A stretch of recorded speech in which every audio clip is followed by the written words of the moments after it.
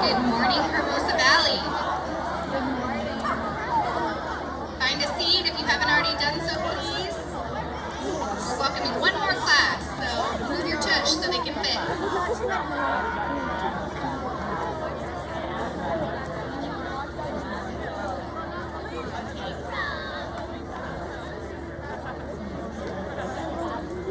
Okay.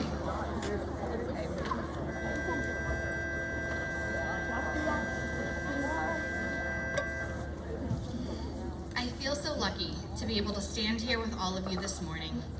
This has been an incredibly challenging week for our country, and seeing your faces brings me incredible joy. Safety will always be our top priority at Valley, which includes coming to and leaving campus.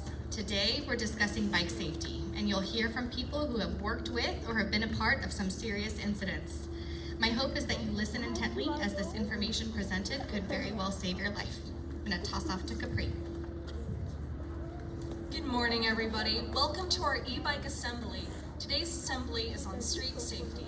In your homerooms, you will have watched various videos developed by HVS alumni students Jack Malini and Maddox Chen.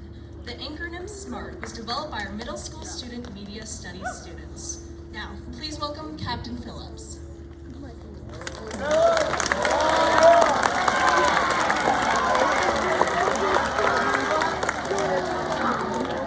Good morning. I'll make it fairly short and sweet, and I think some of the materials you guys have seen as far as be safe, be smart. Bike safety is really just a simple common sense kind of thing. Let me see how many here have their driver's license. Yeah. every one of you, I promise, every one of you knows the rules of the road. You know it's illegal to speed, you know you can't run stop signs, you know you can't run red lights, and you know you can't turn in front of oncoming traffic.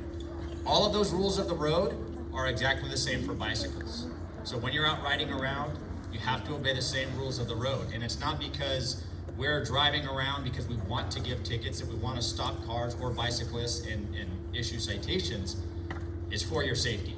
Now, a question we get a lot is, okay, if I'm on a bike and I run a stop sign or I make a bad turn or I run a red light, what happens? Same thing. Same thing as a driver with a driver's license. You get stopped, you get a ticket, you get a citation, and yes, there is a fine attached to that. We don't want to do that. We don't like doing that. We just do it because the ones that don't do it make it unsafe for everyone else. Common sense. I see everyone here, a lot of people here wearing helmets. This is my personal helmet. Every time I get on my bike, I put this on. Common sense. So that's really about it. Again, you know, getting around town, it can be simple, it can be easy. We know that bikes can ride in the street just like cars, but again, they follow the rules of the road. So please just apply that. It's pretty simple stuff, and I'm surprised so many of you have a driver's license. Now I'm a little concerned. I'm going to let Officer Dadigan talk for just a minute, and then I think we'll have maybe a few questions, and then we're going to be around after the assembly as well.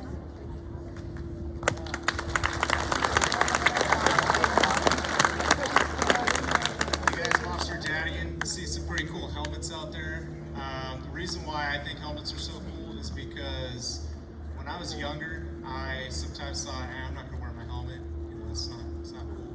But doing this job has taught me that so many young people, it's not necessarily their fault when they get in some kind of accident. I've been to a lot of accidents where young people are hit by cars and they're not wearing their helmet, and they get injured pretty bad. And although it wasn't their fault, they could have been a lot safer if they would have been wearing their helmet. Also, when you're going up to intersections and you're going to cross the street, just walk your bike. It takes like 2 seconds. Instead of riding across, there's people that, you guys know, there's crazy people that drive crazy cars and they swing around the corners really fast, and it's important that you're observant and looking out for cars and the other crazy drivers. So you might not be the crazy driver, it might be the other person. So use precautions, wear your helmet, walk across intersections, and just be really observant.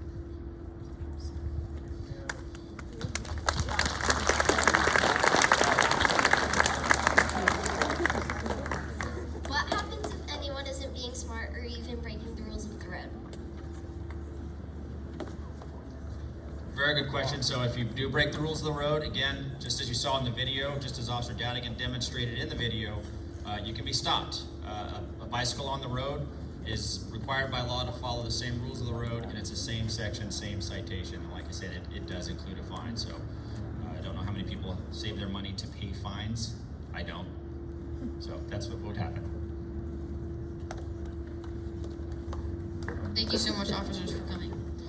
Who here rides a bike? A lot of people. Who has had an accident on a bike? Who has broken a bone in a bike accident? Who has broken 2 bones? 3 bones? Please welcome David Adler. David is a parent of 2 HVS alumni students, and he is here to share his story about biking and why you need to be smart.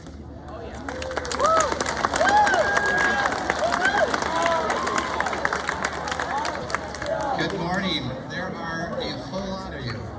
I haven't spoken to this many people since I think my 5th grade book report on Just C. Owens in the Olympics, and I think my grade was pretty good. So hopefully Principal Bledsoe gives me a good grade today. I love bikes. I've been riding them since my tricycle, mountain bikes, racing bikes. Riding bikes is one of my favorite hobbies. It's one of the reasons I still love it living in Hermosa. We can get everywhere on a bike. I've lived here for over 30 years, and it's a lot easier than parking a car. I'm going to tell you a quick little story now about riding a bike. Thank you. 9 years ago, I was riding on Catalina Boulevard in Redondo Beach, coming up to Hermosa, and I had a green light at Carnelian Boulevard. And then all of a sudden, I was going through the green light, and then this happened. Right here. That's my body imprinted on the side of a car. The car, for some reason, the driver didn't see me. Maybe the driver was distracted. Maybe the driver didn't know how fast I was going. But it was an accident. Accidents happen, like the officer said. The person did not mean to hit me. I was riding at 23.6 miles an hour. I know that because I have one of those cool little bike computers, and it was my little GPS on Strava said exactly how fast I was when I had the accident. Now I want you to all imagine I was on a 13-pound bike.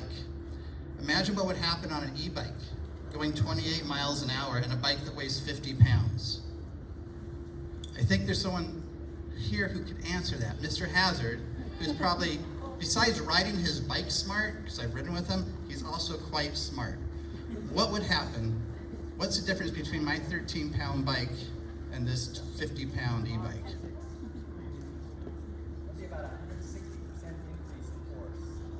Hey, that's a big number. That car would not look like that. Yeah, so just you guys imagine that. Exactly. So e-bikes, I love e-bikes, they're super fun. One thing that we're learning is that when you're on an accident in an e-bike, they're actually more similar now to motorcycle accidents because the speed you're going and how heavy they are, the people who are getting in accidents are now having more internal damage to their organs and getting much more hurt. On a motorcycle, you have a helmet, you have safety gear. On a bike, you don't have that much, and some of you don't even have helmets. So I really want you to let that sink in.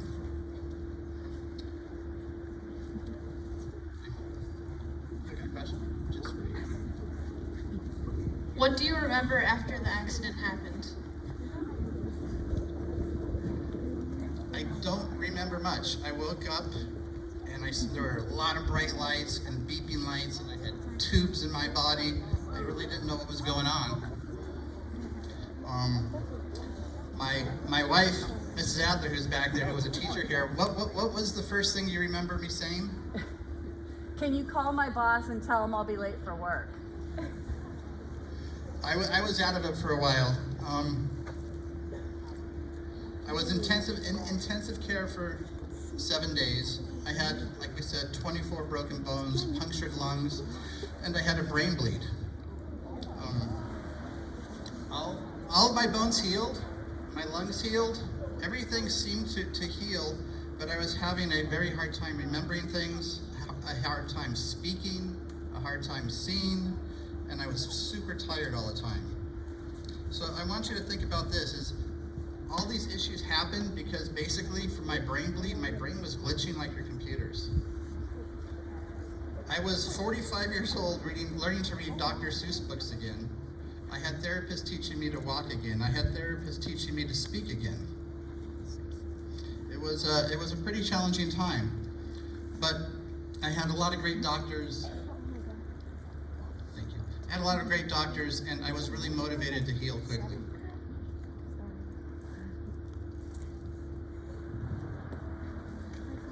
That sounds absolutely horrific. What have been the long-term effects from the accident? Thank you. About a year after the accident, I went back to work, and I found the daily parts of my job had suddenly become much more challenging. I would get really tired. Have any of you ever experienced being like really tired at school, and you're afraid that you're like gonna fall asleep at your desk and you don't want to get embarrassed? That's the kind of tired I was getting all the time, and I would actually, in my office, and we had a big building, I would go find a place to take a quick nap because I was really embarrassed that I was so tired and I didn't want people to notice. Another part of my job is I would travel a lot. And suddenly I found that my travel trips, my business trip became adventures. I would show up at the airport ready to go, and the person at the ticket counter would say, sir, your ticket's for next week. I'm like, uh-oh. Or another time I landed in a city and went to the rental car office, and they said, sir, your rental car is in a whole nother place. Things like that kept happening. but I didn't want to tell anyone. I didn't want anyone to know I was having these issues, that work was suddenly becoming hard. I didn't want my customers to know, because I thought if they knew something was wrong with me, maybe they wouldn't think I was able to do my job, or maybe they would think less of me. So I hid these things from people. I was really afraid that if people found out what was going on, that, yeah, they might not like me anymore or want to work with me. So I kept telling stories and making up great excuses why these things happened. And I'm not sure if this has ever happened to any of you, but maybe you tell a fib, and then you have to tell another story to make up for that other one, and you keep telling stories to kind of make up for all the things you said before, and those stories start getting a little bit confused in your head, and you can't keep track of them. That's what was happening to me. All these stories I was telling so people didn't know what was going on caused me a lot of stress and frustrations. I suddenly developed this really short fuse, and would get angry really quickly. I even punched some holes in walls. I didn't act this way before I had the accident. This was a different me. Friends would look at me and say, "Whoa, David, you've recovered so quick, you look great." And I'd be like, "Yeah." And inside I'm like, "You don't know what's going on," because I didn't want to tell anyone. Doctors refer to brain injuries as a hidden injury, because when you look at someone, they look fine, but you don't know what's going on in their brain.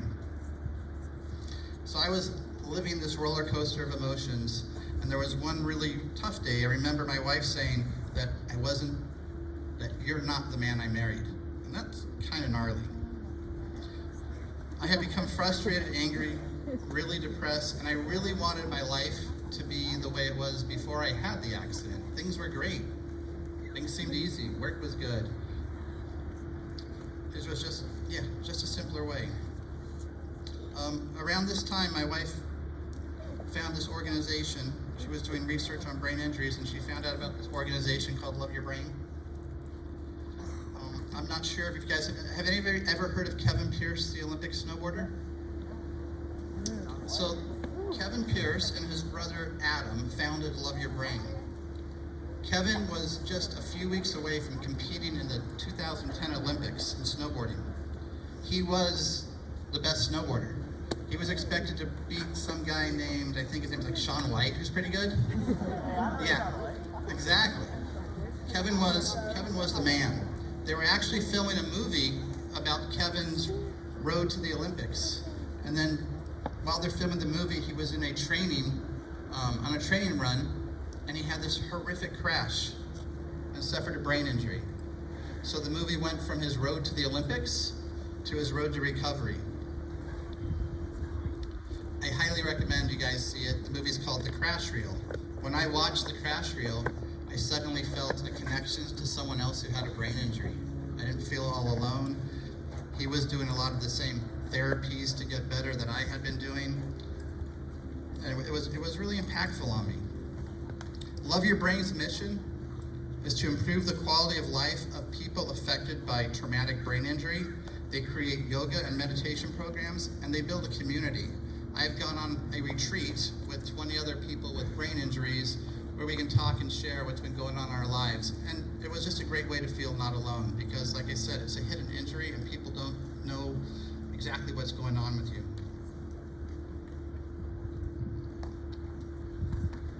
Thank you for sharing your story with us. Love Your Brain has kindly donated helmet stickers for every middle school student. What would be your parting message to us? You guys, I want you all to really pay attention. I know you are. You're Hermosa students. You're the smartest kids. Be predictable and follow the bike laws. In addition, a couple of other things you can do that will make you much safer while riding a bike is to be visible.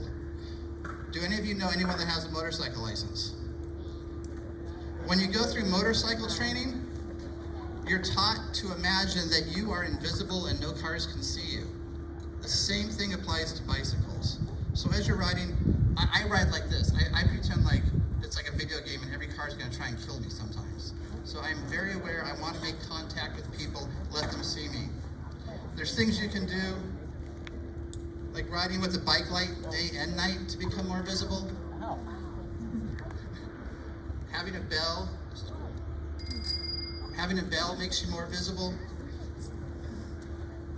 I want you guys all to be noticed. I want to notice you. I don't want to run into you. That's like a big fear, especially in our city right now. But know that, unfortunately, you can do all these things and all these things to be safe, but like we've talked about, accidents will still happen. And that is why you all please need to wear a helmet, and that includes that buckling of the helmet, or taking it from your handlebars and putting it on your head. That's wearing your helmet. I've talked a lot about the challenges of living with a brain injury, and I don't want to scare you guys about the dangers of riding a bike, because bikes aren't dangerous. I want you to have fun. I want you to roll to school, roll to the beach on your bikes, scooters, skateboards, roller skates, and have a lot of fun.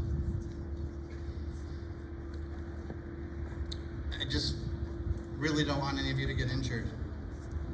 I was walking down here today from my house up on 16th Street, and I was reminded that 9 years ago, my wife and daughter were walking to Hermosa Valley, and they're walking down here, and Matt Shaw, Beckett's father, calls my wife and says, David's been in an accident, and you need to get to Harbor UCLA Hospital. I don't want any of you or your parents to have to get a phone call like that. So just think about how your parents would feel if they got that phone call. So for those of you who still might not want to wear a helmet because maybe it makes your head hot, messes up your hair, or you're not cool, how cool do you look when you're dead? So please, I want you all to please ride. We're going to say this word a lot. Please ride smart. I am here today. I'm alive today because I rode smart. And I am so grateful to be here in front of all of you today instead of someone else doing the same talk. I'm really grateful to the Student Council, administration, and faculty for allowing me to share my story. I want to give out a big shout out to Steve McCall and Eileen Levin for creating and thinking about this event more than 9 months ago and bringing it to life. You guys are all awesome. I appreciate you listening. If you ever have questions, I'm going to be here. You can always find me, and enjoy the rest of the school year.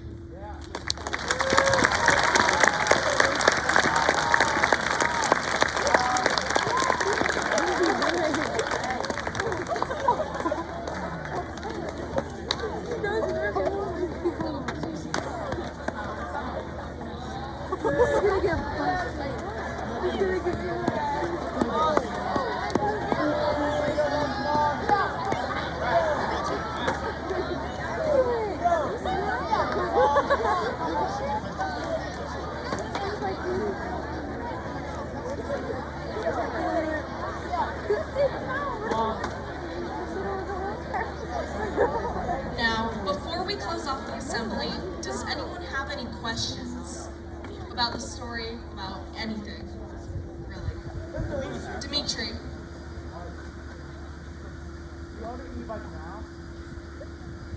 I don't own an e-bike. I've rented them. I love them. I'm saving my money to maybe get one. Do you own one? Do you guys know that there's different kinds of e-bikes, class 1, 2, and 3? How many of you own a class 3? Class 3 you need to be 16 or over to have a class 3. So they're based on speed. So check out what kind of class bike you have. It's written on your bike, just to make sure that you're allowed to ride them. But e-bikes are awesome. I wish they had them when I was your age. All right, anyone else?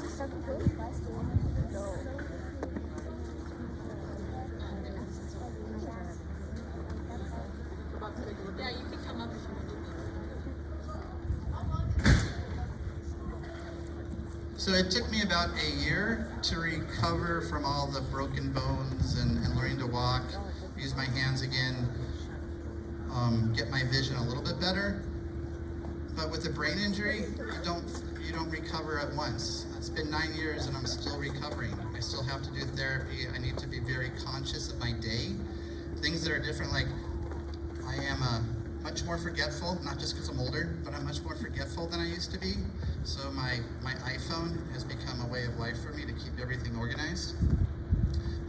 So it's a daily thing. And you know, I have a question. How many of you have iPhones or phones, cell phones? Cool. How many of you have a case for your phone? Why do you have a case? What? So what's inside your phone that you don't want to break? Everything. So I want you all to think about this. Our brains, seriously, they're scientifically, there is not a computer that is as advanced as our brains. You guys put more effort into covering your phones than your brains. So think about that for a second. Just treat your brain as well as your cell phone, and you'll be a little bit safer. Who else has a question? Hi.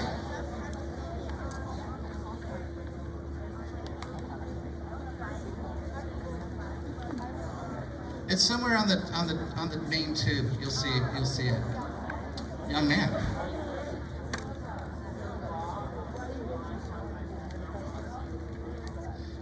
Well, I think the officers could answer that better, but the posted signs are the same as for bicycles as they are for cars.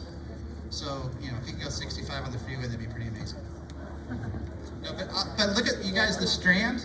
The Strand is 8 miles per hour, which isn't that fast. So when you're on the Strand, just be extra careful, especially, I don't think, are e-bikes allowed on the Strand? So don't bring your e-bikes on the Strand. Bicycle lane, are e-bikes allowed in the bicycle lane? You hear that? Yes, they are. You gotta go the speed limit. Guy in the cool helmet. That's you. I personally ride on the street, but are you supposed to ride on the sidewalk or the street? Great question. I can answer that. They're much better. We have, in Hermosa, we're really fortunate. One, you do need to ride on the street, and we have a lot of sharrows and bike lanes that you can ride on. And I know, have any of you ridden in the sharrows?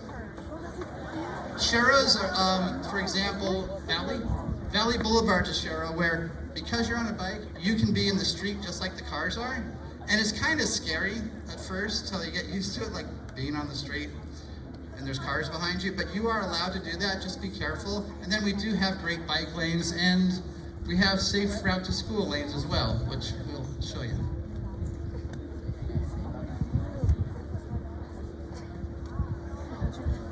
So I'm sure you can all see that, but come up and take a look, because there are ways to get around Hermosa really, really safely. Who else has a question? This is fun. Anyone? Oh, hi. Wait, who? Okay. Oh, way back there. Cool helmet.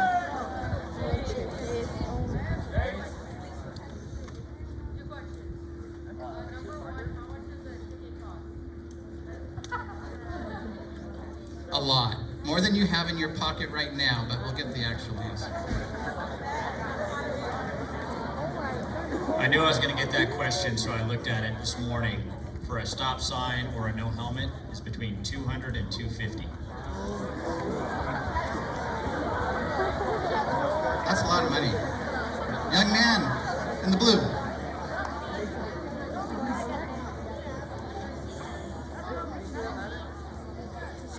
Oh, stickers. Yes, we will. Love Your Brain. You guys, this is pretty cool. Love Your Brain gave us a whole bunch of stickers. We're going to hand them out in a bit by the bike shed. But with these stickers, if you have them on your helmet and you go to Hermosa Cyclery, everyone knows where that is, down by the Strand. If you show up there with the helmet and the sticker on your helmet, they're going to give you 25% off bike bells, bike lights, and anything safety. Because Hermosa Cyclery, just like everyone here, wants you to ride super safely. Forever. So if your head gets larger, you get a new helmet and you show up there, they'll still hook you up. Are you going to be a lawyer? I figured. Sure. That's a really good question. The question was, what happened to the driver after the incident? She got a ticket. It's called, she got a ticket for failing to yield at a green light. So remember, I'm going straight, I have a green light, she's making a left turn, and she's supposed to not make that left turn until I have passed. Like I said, some reason she didn't see me, it was an accident. Go ahead, you and the Beckett. What bones? I don't remember them all, but every finger on this hand, every wrist bone in this hand, 13 ribs, my pelvis, my femur, and my back are a few.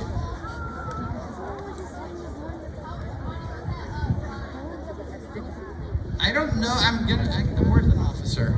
What's the fine for failing to yield?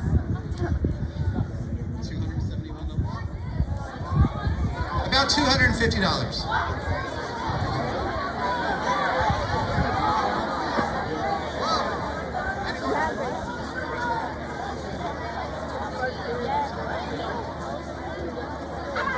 Who else has a question? You on the left of the classes. Yeah, you. Technically, you are not supposed to ride your bike on the sidewalk.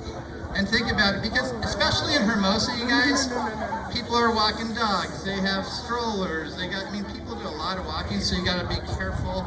You can walk your bike on the sidewalk, but you really shouldn't be pedaling. You, buddy. No, it wasn't a hit and run. Actually, from what I was told, her car was completely totaled. Yeah, it does a lot of damage. So you can kind of see back here, my head hit here, my head went there, my body went there, part of me went there. It's kind of like a superhero, like when you get thrown into a car, but I didn't get up like a superhero would. It's a little bit different. Okay, gentlemen, I did not, because it was an accident. She didn't do it on purpose, and luckily I had insurance, and that took care of everything. Okay. Oh, come on. Okay, one more. Oh, that's what someone else. No, I had insurance. Way back there because you're patient. Yeah.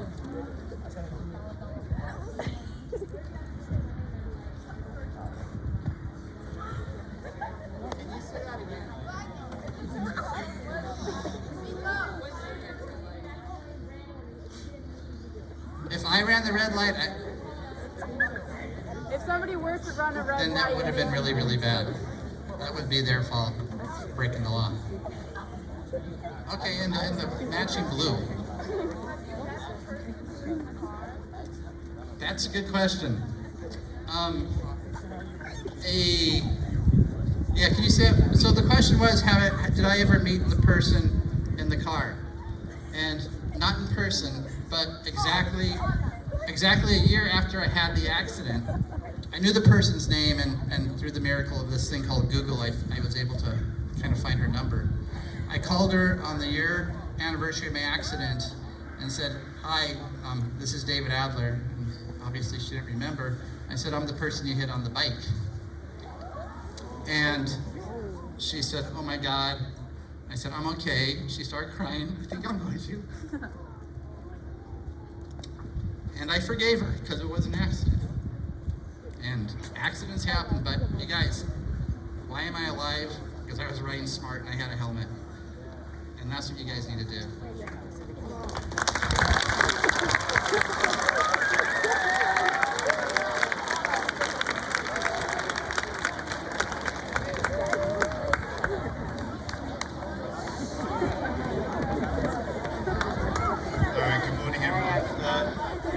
McCall. I'm Ella's dad, but I'm also on the school board, and I just want to say thank you for your attention this morning. I've got a few thanks I want to throw out because, as was mentioned about 9 months ago, last year we were, as a school board and as a community, we noticed that things happen, right? I think we've all seen friends maybe or neighbours riding around town. They're not always wearing their helmets. They're not always being smart. And, you know, we wanted to make sure that our students knew the rules of the road, which you do, but also what it means to be safe and be smart. So I've got special thanks. Where are they? Jack and also Maddox. So we got Jack at the back there with the cap on. Maddox over here. Give him a round of applause.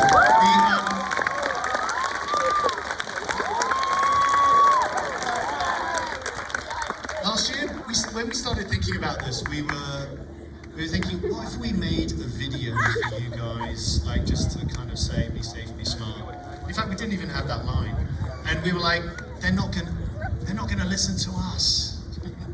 It's just gonna be wah wah wah. It's just gonna be parents or adults saying, wear your helmet. You know that. And I think what we looked to do was to create a number of videos. You should have at least watched one, but there are 3.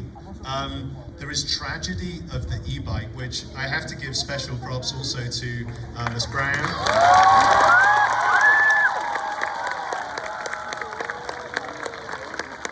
And Officer Dadigan.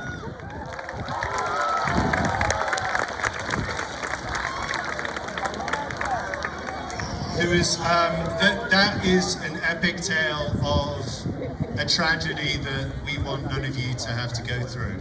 I think David's story today also exemplifies that he is living proof that wearing your helmet and being smart, riding smart, will save your lives. There was a huge other team, Miss Bell and her media team. You guys came up with Be Safe, Be Smart. David is with Love Your Brain Foundation, this awesome sort of brain logo up here. We have these really small stickers. If you put, there's enough here for all of you. Who here, I know not all of you have your helmets on right now, but who has a helmet? I just want to see a show of hands. Okay, right. If you have a helmet,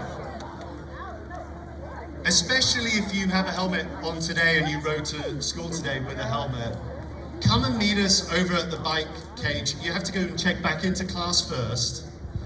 But then after that, because I think it's a nutrition break, come and meet us and we'll hand these out. Here's the deal. Here's the deal. There is a deal with this. I'm going to make you a good deal. If you put this sticker on your helmet, not only will you get 25% off at Hermosa Cyclery for safety-related items, which I think is pretty cool. You are also going to get a code. We're going to email it out to your parents. S1 helmets. We've got a student member up here. S1, stand up. Show off those S1 helmets because they're awesome. I want to give a shout out to S1 helmets because if you use the code Hermosa, okay, I think everyone can remember that. You will get 50% off a new helmet.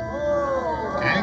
So if your helmet's too small, or you just want to get a really safe helmet because you're like, man, that was really powerful what I heard today, and I want to get a better, safer helmet for my head, then do that. All right. Look, thank you to everyone. Thank you to the police for being here, LA County Fire, all the people involved. Thank you very much. Thank you all for listening. I would like for you to go check back in with your first period, and if you have your helmet, meet us by the bike cage for a picture